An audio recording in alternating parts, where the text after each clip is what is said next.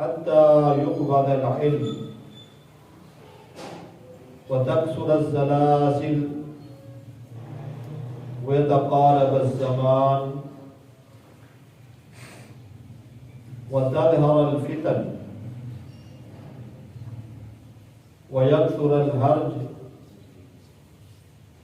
حتى يكثر فيكم المال فيفيض.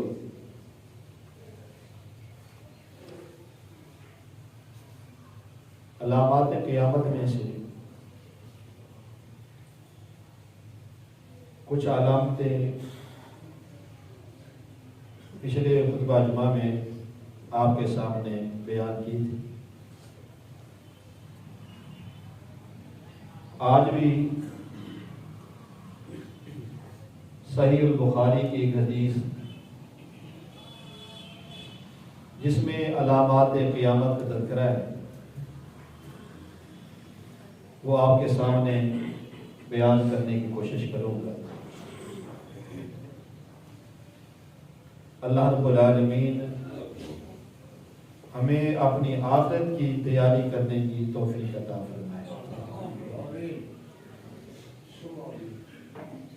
حدیث کے راوی سیدنا ابو ہریرہ رضی اللہ تعالی عنہ ہیں، جو کہ رسول اکرم صلی اللہ علیہ وآلہ وسلم کے بڑے معروف صحابی ہیں.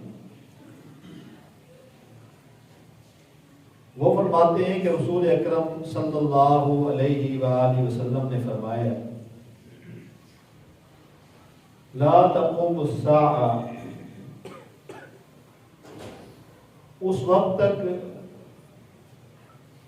قیامت قائم نہیں ہوگی حتی یقبض العلم، یہاں تک کہ علم جو ہے اس دنیا سے اٹھا لیا جائے.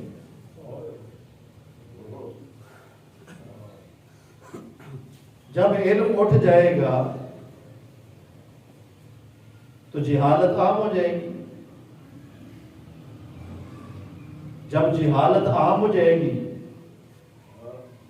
تو شرک، بدعات، خرافات، زنا، شراب، ڈاکے، چوریاں، بد امنی، بد اخلاقی، یہ ساری چیزیں خود بخود اس امت کے اندر آ جائیں. اب علم کیسے اٹھے گا؟ حدیث مبارکہ میں اس کی دو صورتیں موجود ہیں. ایک صورت یہ ہے کہ علم اٹھے گا بقبض العلماء، علم کے اندر جو پختہ علماء کرام ہوں گے، محدثین ہوں گے، مفسرین ہوں گے، اللہ تعالیٰ ان کو دنیا سے اٹھا لے گا.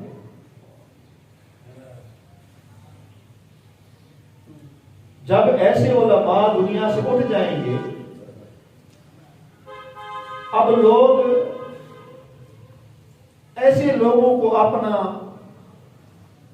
بڑا اور عالم تسلیم کریں گے جن کو دین کے ساتھ، اسلام کے ساتھ جن کا تعلق تک نہیں ہوگا. وہ پھر ہمیں دین پڑھائیں گے. جاہل لوگ عالم بن کر پھر وہ سوالوں کے جواب دیں گے. حدیث میں آتا ہے ضلوا فاضلوا، وہ خود بھی گمراہ ہوں گے، ساری امت کو گمراہ کر دیں. تو علماء کے ساتھ امت کا تعلق یہ بہت گہرا ہونا چاہیے. جتنا علماء کے ساتھ بندے کا تعلق ہوگا اتنا انسان فتنوں سے محفوظ رہے گا، اتنا شیطان کے حملے سے محفوظ رہے گا. جتنا علم کے ساتھ تعلق ہوگا اتنا انسان اپنے عقیدے اور عمل کے اعتبار سے مضبوط ہوگا. یہ بات میں نہیں کرتا، اللہ کا قرآن کہتا ہے انما یخشی اللہ من عبادہ العلماء، کہ اللہ کی ساری مخلوق میں سب سے زیادہ اگر کوئی اللہ سے ڈرنے والے ہیں تو وہ علماء ہیں، جن کے پاس قرآن و سنت کا علم ہے۔ اور یاد رکھیں یہ علماء اس امت پر اللہ کا بہت بڑا انعام اور احسان ہے۔ اگر کسی علاقے میں کوئی عالم موجود ہے، کوئی شیخ الحدیث موجود ہے، کوئی مفسر قرآن موجود ہے، خالص کتاب و سنت کی تعلیم دینے والا موجود ہے، تو یاد رکھیے یہ اللہ کا بہت بڑا انعام اور احسان ہے۔ آپ نے ایک بڑی معروف حدیث علماء کرام سے سنی ہوگی۔ وہ حدیث یہ ہے کہ ایک شخص بنی اسرائیل کا اپنی گندی محفل اور ماحول کی بنیاد پر ڈاکو بن گیا، قاتل بن گیا۔ اس کے دل سے رحم بالکل ختم ہو گیا، یہاں تک کہ وہ 99 بندے قتل کر چکے ہیں۔ بڑی معروف حدیث ہے۔ اب 99 بندے کو قتل کرنا مانا یہ ہے کہ دل پر ایسا زنگ آیا ہے کہ اترنے کا نام نہیں لے رہا، وگرنہ لوگ جانور کو مار کر جو گاڑی کے سامنے آ جائے پریشان ہوتے ہیں، ڈپریشن کا شکار ہو جاتے ہیں کہ ہم سے بلی مر گئی، ہم سے کتا مر گیا۔ سارے سفر میں پریشانی ہوتی ہے کہ میری گاڑی کے نیچے بلی آ گئی، خرگوش آ گئی۔ لیکن ایک بندہ ایسا ہے جو 99 قتل کر چکا ہے۔ اب اس کو احساس پیدا ہوا یار میں تو بہت غلط راستے پہ جا رہا ہوں۔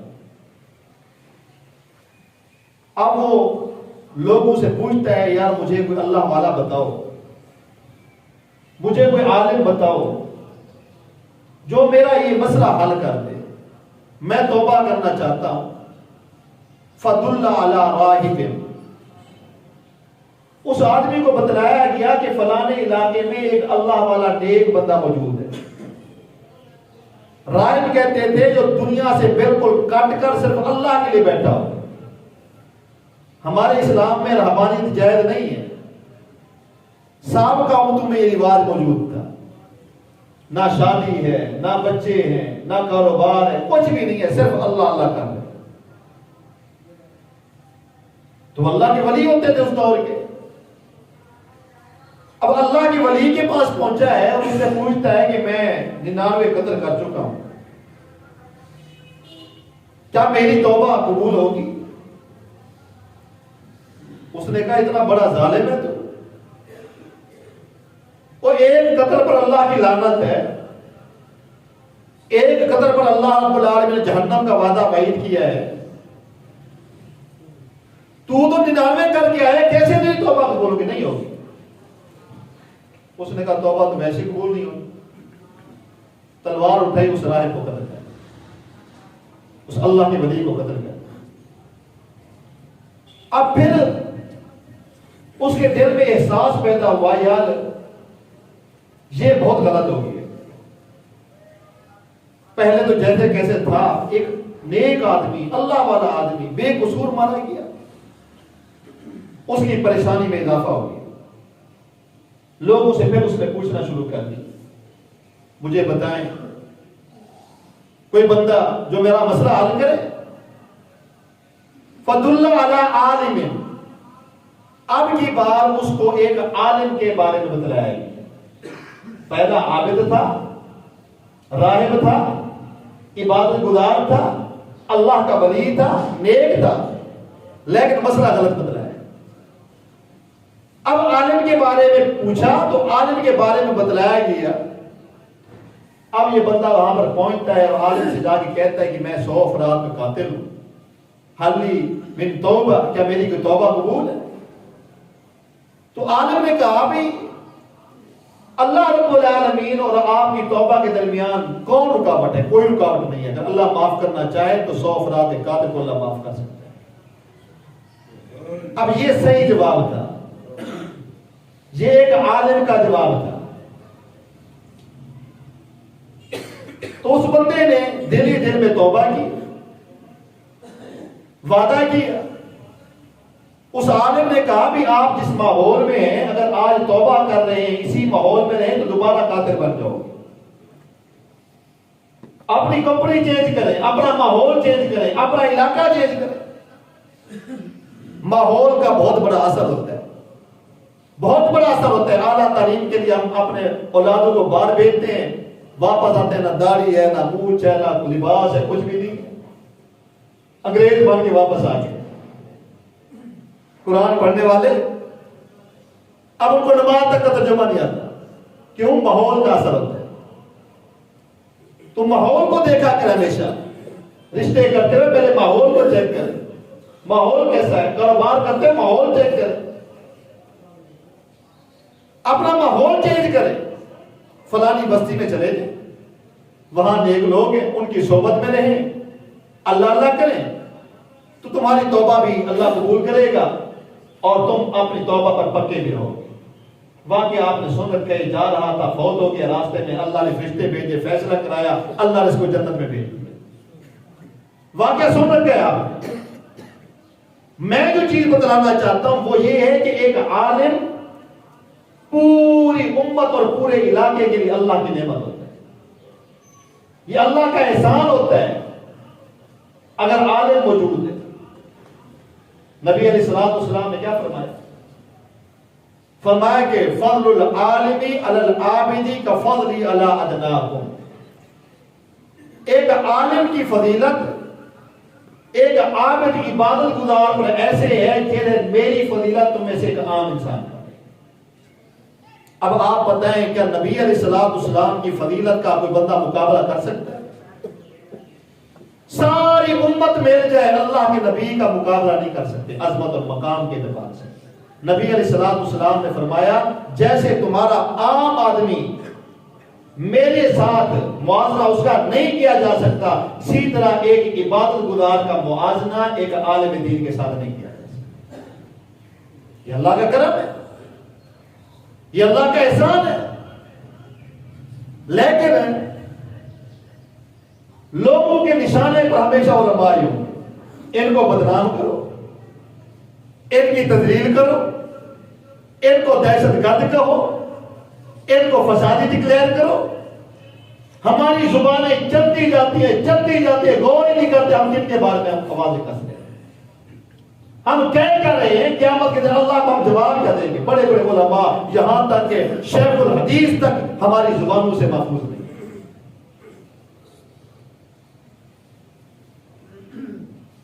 اور میں آپ کو بتلا رہا ہوں کہ اللہ کے نبی صلی اللہ علیہ وسلم نے کیا فرمایا؟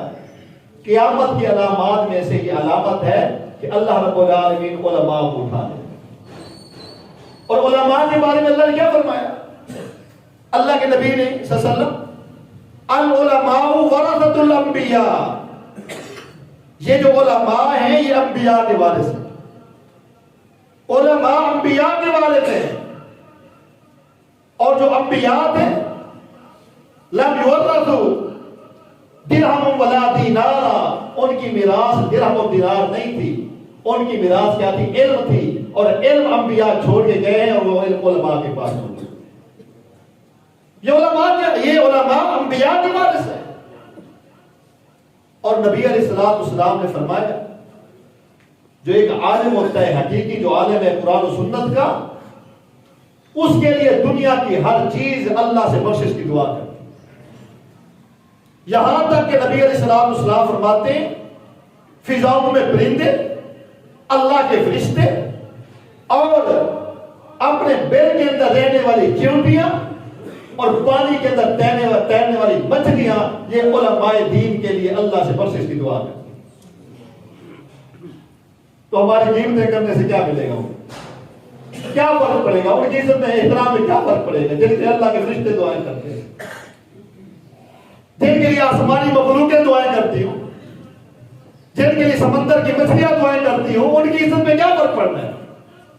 لیکن ہم اپنے پلڑے کے اندر، اپنے ترازو کے اندر گناہوں کے پہاڑ اپنے ترازو میں ڈال دیں۔ علماء کی غیبت نہ کریں۔ فرمایا کہ اس امت کی ہلاکت تب شروع ہوگی جب اس امت سے علماء ختم ہو جائیں گے، علماء حق چلے جائیں گے، تو نبی علیہ الصلوۃ والسلام کی حدیث کے مطابق قیامت کی علامت یہ ہے کہ اللہ رب العالمین علماء کو، بڑے بڑے کبار علماء کو لفوت کر دے گا۔ لائبریریاں موجود ہوں گی، کتابیں موجود ہوں گی، ہر چیز موجود ہے، لیکن علماء نہیں، سمجھانے والے نہیں، ہادی نہیں ہے، تو ان کتابوں کا کوئی فائدہ نہیں ہے، اور لائبریریوں کا بھی کوئی فائدہ نہیں ہے۔ اور آج بھی ایک ماحول بنایا جا رہا ہے، ایک طرف ساری زندگی کھپانے والے علماء لائبریریوں میں بیٹھے ہوئے ہیں، قرآن و سنت کی تعلیم دے رہے ہیں، اور کچھ لوگ ٹی وی پہ بیٹھ کر ہمارے اتنے فالوور، ہمارے اتنے فالوور، اتنے فالوور، اپنے آپ کو محدث اور مفسر سمجھتے ہیں۔ حقیقت بات یہ لوگ ایسے درویشوں کے پاؤں کی کھاد کے برابر نہیں۔ اور یاد رکھیں جو علم ہے نا، یہ استاد کے بغیر نہیں آتا۔ ہمیشہ وہی لوگ گمراہ ہوئے جنہوں نے استاد کے بغیر علم حاصل کیا ہے۔ دینی علم اس کے لیے علماء کا ہونا شرط ہے، اور ہمارے سب کے استاد کون ہیں؟ محمد رسول اللہ۔ پھر یہ سلسلہ چلتا ہے، صحابہ استاد، پھر صحابہ تابعین، پھر تبع تابعین، پھر محدثین، پھر احادیث کا ذخیرہ۔ تو قیامت تک جو علماء حق ہیں جب تک رہیں گے، اس امت میں خیر رہے گی۔ جب ان کو اللہ اٹھا لے گا تو اس امت کے اندر فتنے شروع ہو جائیں گے، اور علم اٹھ جائے گا۔ اس کی دوسری صورت کیا ہے؟ وہ یہ نبی علیہ الصلوۃ والسلام نے ایک دن فرمایا صحابہ کے سامنے، فرمایا کہ یہ اس وقت ہوگا جب علم اٹھ جائے گا، علم ختم ہو جائے گا، کوئی بات نہیں۔ تو زیاد بن لبید رضی اللہ تعالی صحابی ہیں، موجود تھے۔ وہ کہتے ہیں اللہ کے پیغمبر صلی اللہ علیہ وسلم، مجھے یہ سمجھ نہیں آیا کہ علم کیسے اٹھے گا۔ اتنی کثیر تعداد میں ہمارے اندر قاری موجود ہیں، پھر ہم اپنے بچوں کو پڑھا رہے ہیں، اپنی خواتین کو پڑھا رہے ہیں، وہ اپنے بچوں کو پڑھائیں گے، اپنی اولادوں کو پڑھائیں گے، اتنا لوگ عالم بن جائیں گے، تو علم کیسے ختم ہوگا؟ یہ سمجھ نہیں آئی۔ تو نبی علیہ الصلوۃ والسلام نے فرمایا جس طرح اہل کتاب سے علم ختم ہوا تھا، اس طرح تم سے بھی علم ختم ہو جائے گا۔ اہل کتاب سے علم کیسے ختم ہوا؟ کہ انہوں نے علم کے اوپر عمل کرنا چھوڑ دیا۔ علم تو تھا، عمل کرنا چھوڑ دیا۔ علم ہوگا، لوگ عمل کرنا چھوڑ دیں گے، اور آج وہی صورتحال موجود ہے۔ قرآن بھی موجود ہے، حدیث مبارکہ بھی موجود ہے، رسول اللہ کے فرامین بھی موجود ہیں، خطبے بھی سنتے ہیں، دروس بھی سنتے ہیں، ہر چیز ہے، کعبہ بھی موجود ہے، طواف بھی ہو رہا ہے، عمرے بھی ہو رہے ہیں، حج بھی ہو رہا ہے، لیکن بدعمالیاں اس قوم سے جاتی نہیں۔ بدعمالی چھوڑنے کا نام نہیں لے رہے، حرام خوری چھوڑنے سے باز نہیں آ رہے، بد اخلاقی سے باز نہیں آ رہے، بد کرداری سے باز نہیں آ رہے۔ تو یہ علم کا اٹھ جانا ہے۔ جب علم اٹھ جائے گا تو یاد رکھیے نبی علیہ الصلوۃ والسلام کہ یہ قیامت کی علامتوں میں سے ایک علامت۔ تو پہلی جو نشانی اس حدیث میں بیان کی گئی وہ کیا ہے؟ حتیٰ یقبض العلم، علم جو ہے وہ قبض کر لیا جائے گا۔ اور دوسری نشانی وَتَكْثُرَ الزَّلَازِلُ، نبی علیہ الصلوۃ والسلام نے فرمایا اس دنیا پر کثرت کے ساتھ زلزلے آئیں گے، کثرت کے ساتھ زلزلے آئیں گے۔ ہم تو یہ سمجھتے ہیں نا کہ یہ زلزلہ ترکی میں آتا ہے، یہ تو شام میں آتا ہے، یہ لیبیا میں آتا ہے، دوسرے ملکوں میں آتا ہے، یہ ادھر شمالی علاقہ جات میں آتا ہے، ہم تو محفوظ بیٹھے ہیں۔ یاد رکھیں جب یہ مصیبت آتی ہے نا، یہ پوچھ کر نہیں آتی، یہ بتلا کر نہیں آتی۔ ان لوگوں سے جا کے پوچھیں جو مارکیٹوں کے مالک تھے، جو بڑی بڑی بلڈنگوں کے مالک تھے، جو بڑی بڑی عمارتوں کے مالک تھے، آج وہ ساری عمارتیں ملبے کا ڈھیر بنی ہوئی۔ تم سے زیادہ امیر تھے وہ، ہر چیز ختم ہو گئی، آنن فن ایک منٹ کے اندر ہر چیز تباہ ہو گئی۔ یہ ہمارے لیے پیغام ہے، زلزلے کا انتظار نہ کرو، بلکہ اس سے پہلے اپنے اعمال کی اصلاح کرو، اپنے اندر خامیاں تلاش کرو، دوسروں کی خامیوں کو چھوڑو، کون کیا کر رہا ہے، کون کیسے کما رہا ہے، کون کیا کر رہا ہے، اس کو چھوڑ دیں، اپنے بارے میں سوچیں کہ میں کیا کر رہا ہوں، میں کس طرح بچا رہا ہوں۔ تو زلزلے آئیں گے، میرے پیغمبر نے فرمایا کب؟ یہ قرب قیامت کی علامت ہے، اور یہ زلزلے کثرت کے ساتھ آئیں گے، مختلف علاقوں میں آئیں گے، مختلف جگہوں میں آئیں گے۔ اللہ کی قسم جب فوٹیج آپ دیکھتے ہیں تو دل جو ہے کلیجہ باہر آتا ہے۔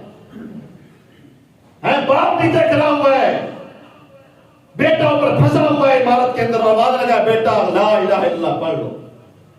کل کو اگر یہی صورت میرے ساتھ اور آپ کے ساتھ پیش آ جائے، ہمارا کیا بنے گا؟ کیا بنے گا ہمارا؟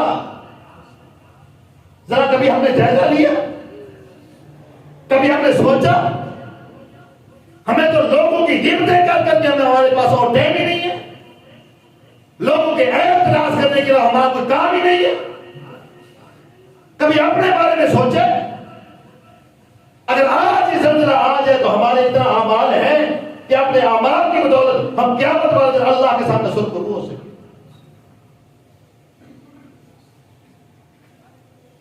نبی علیہ الصلوۃ والسلام کا یہ بھی فرمان ہے، وَيَتَقَارَبَ الزَّمَانُ، قیامت کی علامتوں میں سے ایک علامت تیسری یہ اس حدیث میں، زمانہ بہت قریب آ جائے گا، بہت قریب آ جائے گا، پتہ نہیں چلے گا دن گزر گیا، پتہ نہیں چلے گا ہفتہ گزر گیا، سال گزر گیا،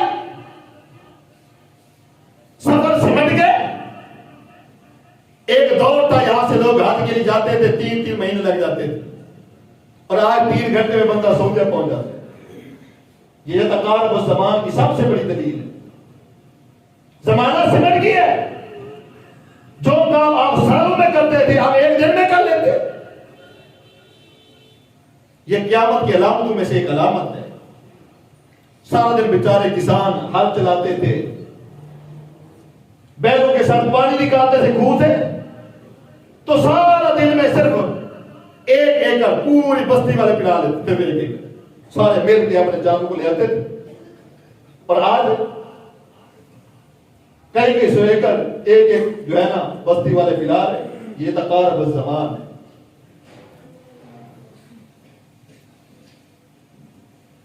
سالوں کے کام مہینوں میں آ گئے، مہینوں والے دنوں میں آ گئے، دنوں والے گھنٹے میں آ گئے۔ تو یہ قیامت کی علامتوں میں سے ایک علامت ہے جو رسول اکرم صلی اللہ علیہ وسلم نے بیان فرمائی ہے۔ وَتَظْهَرَ الْفِتَنُ، اور جو چوتھی علامت اس حدیث میں بیان ہوئی ہے، نبی علیہ الصلوۃ والسلام نے فرمایا کہ قیامت کے نزدیک فتنے عام ہو جائیں گے، فتنے عام ہو جائیں گے، ایک کے بعد ایک فتنہ اس امت کے اندر پیدا ہو جائے گا۔ یہ رسول اکرم صلی اللہ علیہ وسلم کا فرمان ہے۔ اور آج فتنے، یہ انٹرنیٹ کا فتنہ ہے، یہ بے حیائی کا فتنہ ہے، یہ فحاشی کا فتنہ ہے، یہ حرام مال کا فتنہ ہے، یہ سود کا فتنہ ہے، یہ سارے فتنے ہیں، کثرت کے ساتھ فتنے آئیں گے۔ آ رہا 14 فروری محبت کے نام پر بے غیرتی پھیلائی جاتی ہے، ویلنٹائن ڈے کے نام سے۔ میں آپ سے پوچھتا ہوں، کیا کوئی مسلمان اس کا تصور کر سکتا ہے؟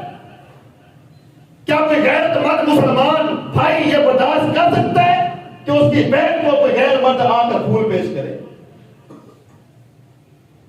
کتنا خوبصورتی کے ساتھ ہمارا میڈیا اس کو اجاگر کر رہا ہوتا ہے، بیان کر رہا ہوتا ہے، اور وہی بے غیرت رمضان میں دوپٹے پہن کر ٹوپیاں پہن کر ہمیں دین سکھا رہے ہوتے ہیں۔ وہی جو زنا کے دروازے کھول رہے ہیں، سارا سال بے غیرتی سکھاتے ہیں، سارا سال فحاشی اور بریانی پہناتے ہیں، ڈانس پارٹیاں کرتے ہیں، بدماشیاں کرتے ہیں، وہی لوگ رمضان میں ہمیں دین سکھانے کے لیے بیٹھے ہوتے ہیں۔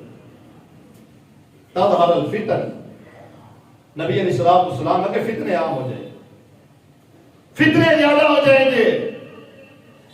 اور رسول اکرم صلی اللہ علیہ وآلہ وسلم کا یہ بھی فرمان ہے، وَيَكْثُرَ الْحَرْجِ، فرمایا کہ حرج کثرت کے ساتھ ہو، کثرت کے ساتھ حرج ہوگا۔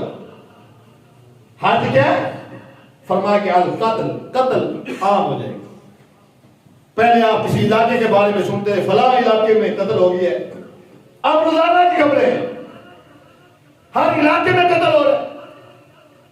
اور نبی علیہ السلام نے فرمایا یہ قیامت کی علامتوں میں سے علامت ہے. قاتل میں پتہ نہیں ہے میں کیوں قتل کر رہا ہوں، اور مقتول کو پتہ نہیں مجھے کیوں قتل کیا جا رہا ہے. بم دھماکوں میں بتا دیتے آ رہے، نماز پڑھنے کے لیے آئے، واپس گھروں میں جانا نصیب نہیں ہوا.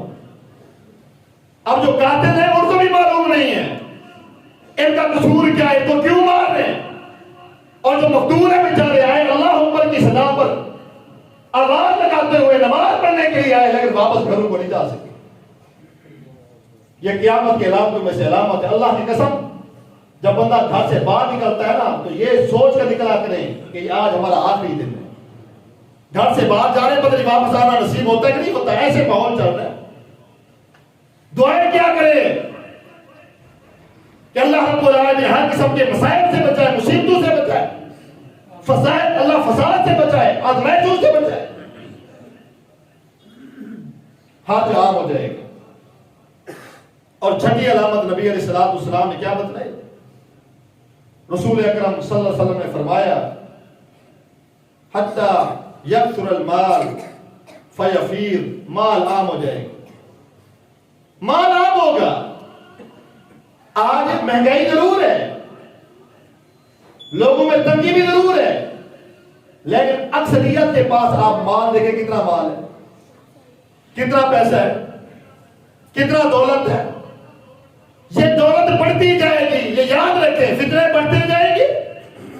جیسے جیسے قیامت قریب آتی جائے گی یہ دولت مزید بڑھتی جائے گی، یہ پیسہ مزید بڑھتا جائے گا. اور میں نے تو یہاں تک بھی پڑھا ہے رسول اکرم صلی اللہ علیہ وسلم نے فرمایا قرب قیامت آج مدارس والے یا غریب لوگ یا دیگر ضرورت مند آپ سے سوال کرتے ہیں زکات نکالو تو ہمارے مدرسے میں دیں، ہمارے ادارے میں دیں. کوئی کہتے ہیں ہمیں دیں، غریب ہے، بیوہ ہے، مسکین ہے. آج ضرورت مند چل رہے ہوتے ہیں، بیچارے مانگ رہے ہوتے ہیں، سوال کر رہے ہوتے ہیں. ایک دور ایسا آئے گا کہ زکات دینے والے خود اپنی زکات لے کر پھرنے ہوں گے. کوئی ہے ہم سے زکات لینے والا؟ بھئی ہم سے زکات لے لو.